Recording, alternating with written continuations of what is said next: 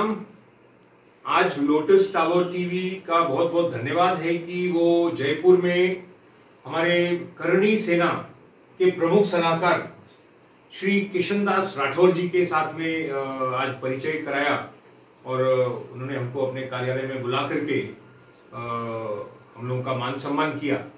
और इसके लिए हमारे हिंदू हृदय सम्राट लव जिहादियों के आतंक सुमित खंडेलवाल जी का बहुत जो है धन्यवाद है, जो कि इन्होंने हमें किशनदास राठौर जी से आज मुलाकात कराई है। और सुमित खंडेलवाल जी जैसे युवा हमको अब भारत में चाहिए, अगर भारत को हिंदू राष्ट्र बनाना है, क्योंकि लव जिहाद एक अलग बहुत बड़ी समस्या हो गई है। करणी सेना तो बहुत बड़ा काम कर रही है अलग उसमें हिंदुओं के लिए, राष्ट्र के लिए, लेकिन जो लव जिहाद की समस्या है, जहाँ पे प्लान तरीके से हमारे बच्चियों को बहला फुसला करके लोग ले जाते हैं, फिर हमारा समाज उसको छोड़ देता है और वो बच्ची फिर उसी दलदल में फंस करके जीवन भर रह जाती है। कुछ लोग जो है वैश्यावृत्ति में हो जाते हैं, वो कोठों पे पहुंच जाते हैं, सड़कों पे चले जाते हैं, भिखारी हो जाते हैं, उनके कुछ के ऑर्गन्स पता नहीं उस पर बेच देते होंगे, या कुछ को मिडिल ईस्ट गल्फ कहाँ पे भेज देते होंगे, क्या करते हैं उनको, कि उसके बाद उसका चैप्टर हमारे समाज से खत्म हो जाता है। तो एक तो सुमित खंडेलवाल जी का बहुत बहुत स्वागत है, क्योंकि इन्होंने एक ऐसा उदाहरण पूरे भारत में पेश किया है जहां पे इन्होंने न केवल लव जिहादियों के बीच में से बच्ची को लेके आए, लेकिन उन्होंने वहीं पे उनके माँ बाप के सामने संकल्प किया कि मैं इस बच्ची को बाकायदे अपनाऊंगा, विवाह करूंगा। विवाह किया और इसके लिए पूरा जयपुर, राजस्थान, भारत इनका ऋणी है और इनका हृदय से हम लोग सम्मान करते हैं। मैं चाहूंगा कि सुमित खंडेलवाल जैसे कम से कम 1 करोड़ युवा इस भारत में होने चाहिए, तब जाकर के ये लव जिहाद रुकेगा। और इसके लिए मैं हमारे किशनदास राठौर जी, जो करणी सेना के राष्ट्रीय स्तरीय प्रमुख सलाहकार हैं, वो अपना संदेश देंगे। धन्यवाद गुरु जी। आप सबसे पहले तो मैं आपका आभार प्रकट करूंगा कि आप हमारे कार्यालय में पधारे और हमें आपके दर्शन का अवसर मिला। श्री राष्ट्रीय राजपूत करणी सेना भारत में 36 कौम के साथ हर क्षेत्र में, लव जिहाद ही नहीं, हर क्षेत्र में खड़ी हुई है। परंतु आज की तारीख में जो प्रमुख मुद्दा आता है वो लव जिहाद का, क्योंकि इन मलेच्छों ने भारत की जो बच्चियां हैं उनके दिमाग में या उनकी मानसिकता को बदल के और लव जिहाद के जाल में फंसा के और उनके साथ में यौन शोषण किया और अन्य कई भी चीज़ें आपने देखा होगा, कई बार सूटकेसों में पैक किया। ये इनका कालांतर से चलती हुई जो इनकी परंपरा है, ये इसको बखूबी निभा रहे हैं। सोया हुआ हमारा हिंदू समाज सनातन संस्कृति को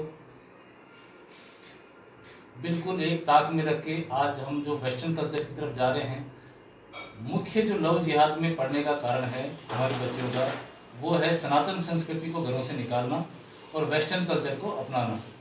क्योंकि वेस्टर्न कल्चर में ही ये सारी चीज़ें, प्रेम, लव और इंटरकास्ट मैरिज, ये सब वेस्टर्न कल्चर हमें सिखाता है। सनातन संस्कृति कभी भी हमें ये चीज़ नहीं सिखाती है।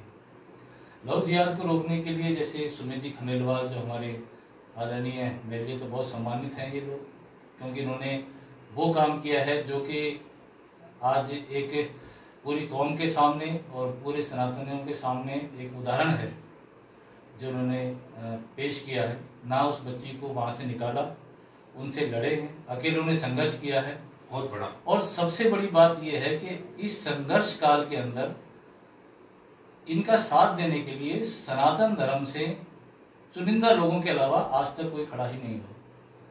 ऐसे महान, मैं तो महान विभूति कहूंगा, बिल्कुल बिल्कुल, ऐसी महान विभूतियों को भारत के जितने भी सनातन धर्म को अपनाने वाले हैं वो तो इनका सपोर्ट ही करे। मैं तो आपके माध्यम से सरकार से भी ये निवेदन करूंगा कि ऐसे लोगों का संरक्षण और ऐसे लोगों को थोड़ा सपोर्ट किया जाए, ताकि आने वाली पीढ़ियों में नव युवकों का, क्योंकि युवा ही देश की पीढ़ी दिशा और दशा दोनों बदल सकता है, ये ताकत केवल युवाओं में ही है। तो इन युवाओं के लिए मैं तो कहता हूँ सरकार को भी ठोस कदम उठाने चाहिए। अलग अलग संगठन अपने अपने अलग अलग कार्य कर रहे हैं, कुछ सामने कर रहे हैं, कुछ परोक्ष रूप से कर रहे हैं। तो इन कार्यों को करने के लिए हमें सबको एक जगह संगठित होकर हमारी आने वाली अगर नस्लें बचानी हैं, तो इन पीढ़ियों को, आने वाली हमारी जो बच्चियां हैं, इनको लव जिहाद से बचाने में मैं तो सबसे ये निवेदन करता हूँ कि किसी भी तरह से, तन से, मन से, धन से, किसी भी तरह से आप उनके सहयोग, अगर सहयोग नहीं कर सकते हैं तो उनके साथ तो खड़े रहिए कम से कम, ताकि ये जब पीछे मुड़ के देखे तो इनको ये ना लगे कि आज मैं अपने धर्म के लिए लड़ने वाला अकेला ही हूँ। अगर आप पुरानी बातों पे जाएं तो हम नहीं चाहते कि 1576 का मामला आज फिर दोहराया जाए। जिस समय महाराणा जी हल्दी घाटी में थे तो उनके पीछे कोई नहीं था, केवल वो चुनिंदा लोगों के साथ ही लड़ रहे थे और उन्होंने लड़े भी, विजय भी प्राप्त की। तो आज सुनील जी खंडेलवाल अगर लड़ रहे हैं तो हमें सबको इतिहास से सीखना चाहिए कि हमने अपने पूर्वजों का साथ नहीं दिया तो आज हमारी ये दशा है। अगर हम साथ दें अब अपने इतिहास से सीख के, तो मैं समझता हूँ कि आने वाले टाइम में जो हमारी नई नस्लें आ रही हैं वो हमारी संस्कृति, हमारे धर्म के प्रति जागरूक होंगी।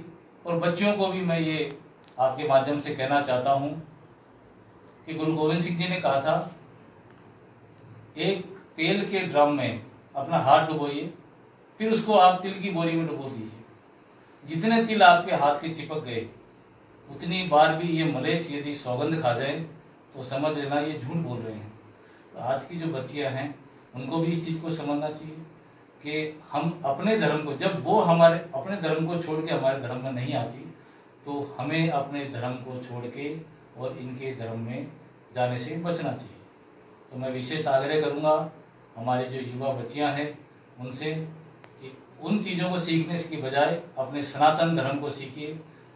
सनातन धर्म जब से सृष्टि आई है तब से सनातन है और आगे भी सनातन ही रहेगा।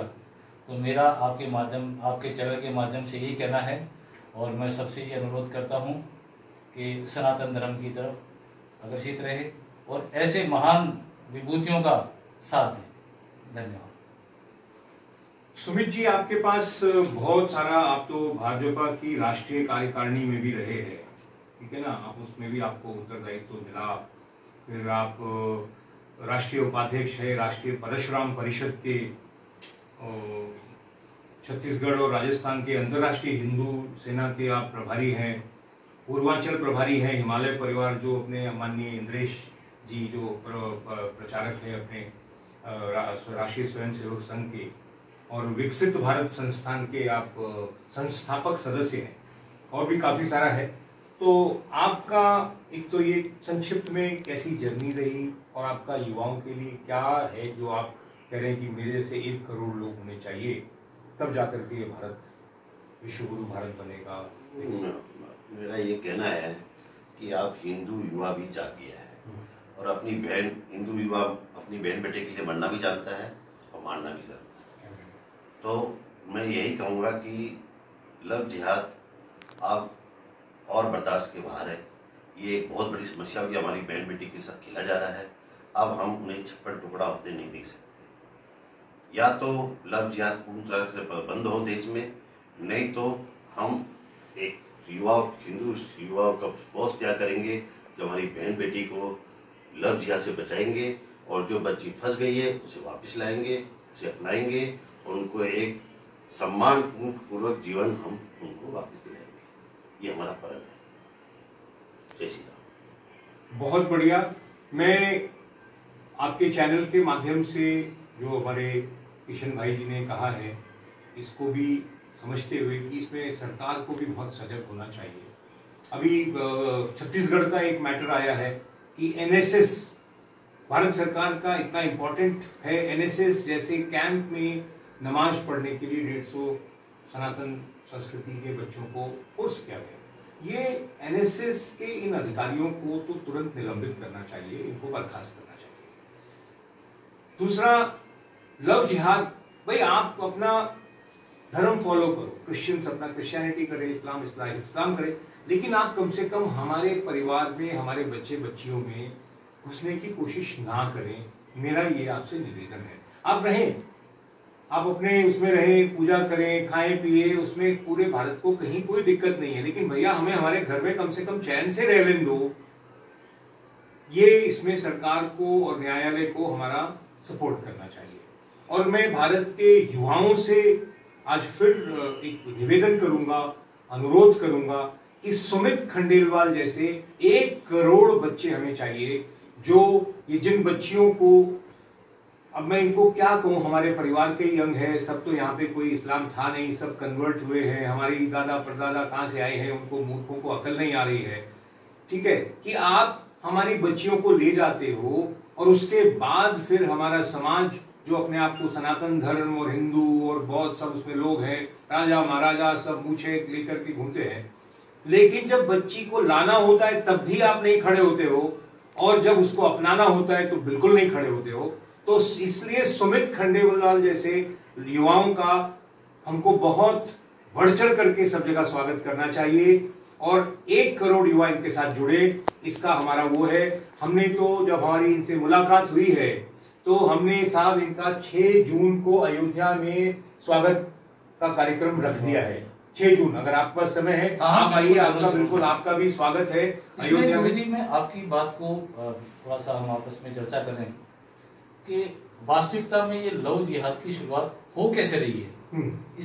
इसमें मैं 95% भारत सरकार को जवाबदार मानता हूँ। उसका रीजन है कि आज हमारे जितने भी हिंदू शासक हुए, आदरणीय स्वर्गीय सुखदेव सिंह जी भी ये कहते कहते वीरगति को प्राप्त हो गए कि इन्होंने जब 1947 में भारत आजाद हुआ, उसके बाद में लगातार 11 शिक्षा मंत्री जो है मुस्लिम रहे।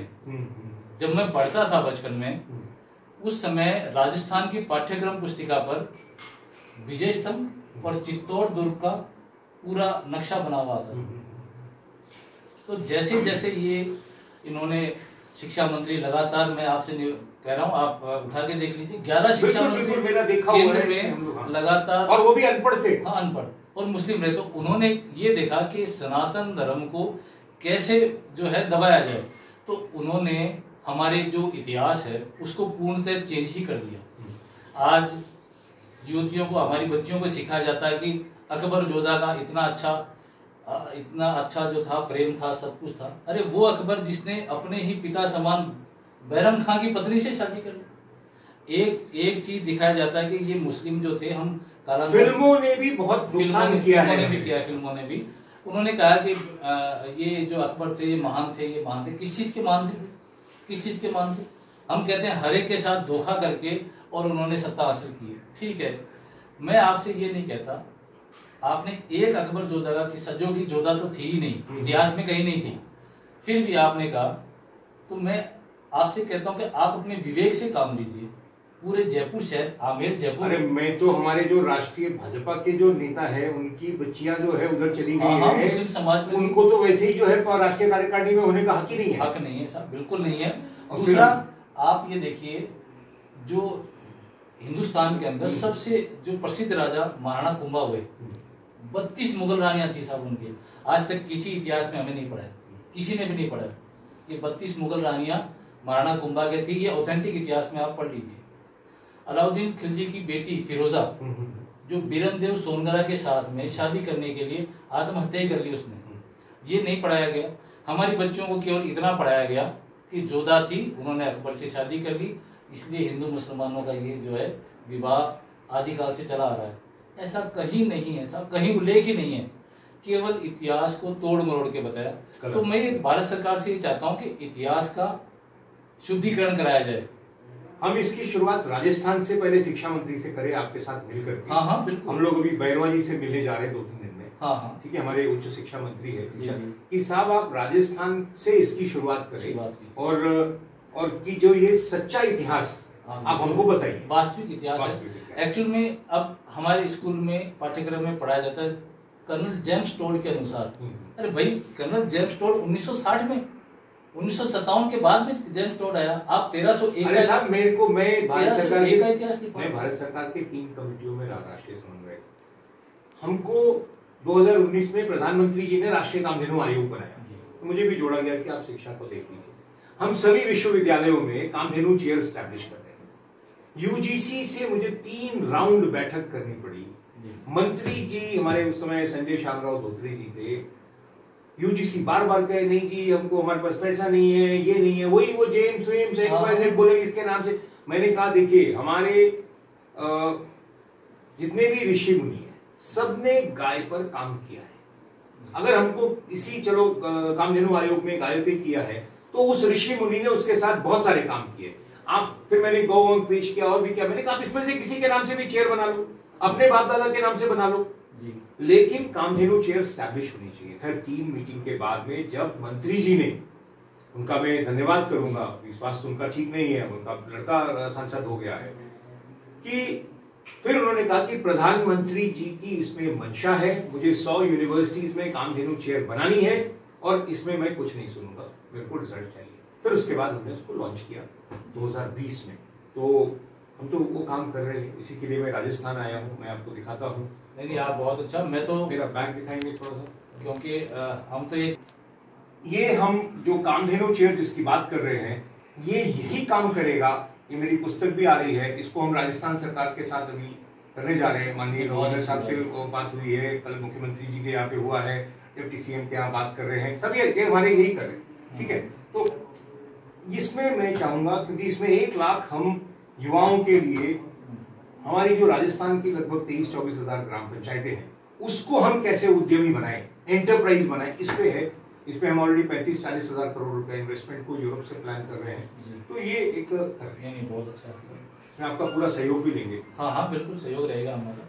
हम तो देखिए, अब हालांकि ये कहते हैं कि हिंदू राष्ट्र के लिए हमें करना चाहिए, सरकारें भी कहीं ना कहीं डायरेक्ट और इनडायरेक्ट चाहती हैं, और इनके जो ये लव जिहाद के मामले आ गए नहीं, लेकिन इसमें मेरे ख्याल से जैसे थोड़ा कई बार, जैसे प्रधानमंत्री जी ने अजमेर शरीफ में चादर दी है, अरे भाई जहाँ पे ऑलरेडी सुप्रीम कोर्ट ने बोल दिया है कि इतना रेप हुआ है, ये हुआ, वहां से हमें ऐसे संस्थानों का तिरस्कार करना चाहिए, मुझे लगता है। हाँ नहीं, देखिए मैं इसमें माननीय प्रधानमंत्री जी ने जो ये कदम उठाया चादर भेजने का, मैं उनसे एक चीज पूछना चाहता हूँ, क्या पाकिस्तान में, आज भी पाकिस्तान में हिंगलाज माता का मंदिर है, क्या वहाँ के प्रधानमंत्री ने कभी वहाँ पे एक चुनरी भी भेजी? कुछ नहीं भेजा होगा।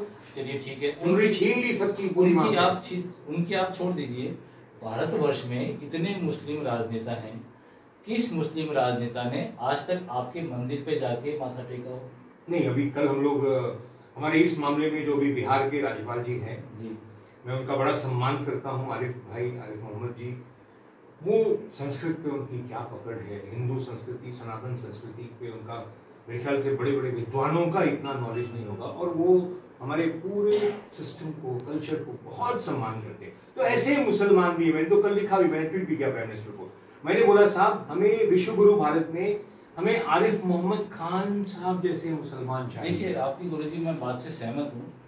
अगर इस भारतवर्ष में कुछ लोग, मात्र 5 से 10% लोग ही हैं जो ये लव जिहाद और ये इस चीज़ को लेके आगे बढ़ा दे रहे हैं। मैं तो कहता हूँ कि आज अभी कई ये जो मुर्शिदाबाद में भी दंगे हुए हैं कल परसों, और इनमें भी जिस समय भारत में एक छोटी सी घटना हुई थी, नसरुद्दीन शाह, आमिर खान, ये अनसेफ मान रहे थे अपने आप को। ये जो महान लोग हैं, फिल्म कलाकार, जिनको हम ही लोगों ने बनाया हुआ है, और बना कौन रहा है?